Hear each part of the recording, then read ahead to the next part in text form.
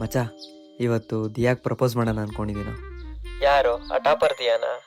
ಹ್ಮ್ low, ಅವಳೊಳ್ಳೆ heroine ಇದ್ದಂಗಿದ್ದಾಳು, propose ಮಾಡ್ತಾರಂತೆ. ಹೋಗ್ ಕನ್ನಡಿಯಲ್ಲಿ ಮುಖ ನೋಡ್ಕೊ. ಹಂಗಲ್ಲ ಮಗ, ಅವಳು RCB ಫ್ಯಾನು, ನನ್ನ ಬಗ್ಗೆ ಗೊತ್ತಲ್ಲ. ಏಯ್, ಸುಮ್ಮನೆ ತಲೆ ತಿನ್ಬೇಡ, ಎದ್ದು ರೆಡಿಯಾಗು, ಮ್ಯಾಚ್ ಸ್ಕ್ರೀನಿಂಗ್ ಇದೆ ಗೊತ್ತಲ್ಲ. ಏಯ್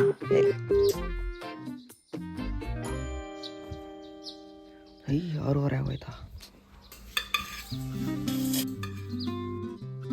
ಇಲ್ಲೇ ಇಟ್ಟಿದ್ನಲ್ಲ.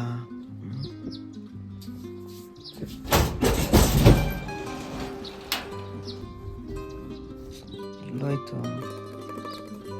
ಮಾ, RCB ಜರ್ಸಿ ಇಟ್ಟಿದ್ನಲ್ಲ, ಎಲ್ಲಿ?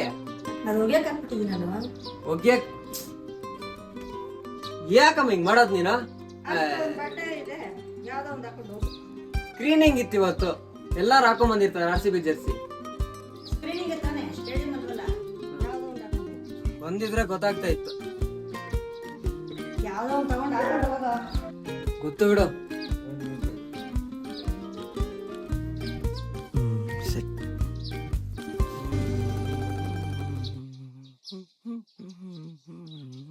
ಅವನು ಹೇಳಿದ್ದು ಕರೆಕ್ಟ್. ಅವಳು ನೋಡಿದ್ರೆ ಹೀರೋಯಿನ್ ಇದ್ದಂಗಿದ್ದಾಳೆ, ನಾನು ನೋಡಿದ್ರೆ ಹಿಂಗೆ. ಸಾಕು ಸಾಕು, ಚೆನ್ನಾಗಿ ಕಾಣಿಸ್ತಾ ಇದೆ. ಕನ್ನಡಿಗೆ ನಾಚಿಕೆ ಆಗ್ತಾ ಇದೆ. ಮಹಾ ಟೀ ತಗೊಳ್ಳೋ.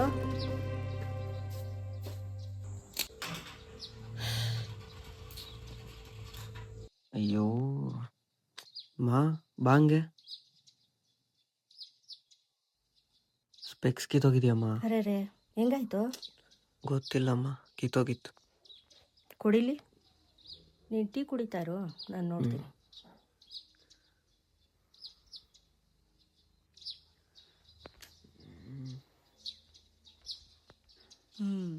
ಓಕೆ. ಏಯ್, ಹೆಂಗಮ್ಮ? ಅದೇ ಮನೇಲಿ ಇರ್ತೀನಲ್ಲ, ಹಂಗೆ ಗೊತ್ತಾಯ್ತು.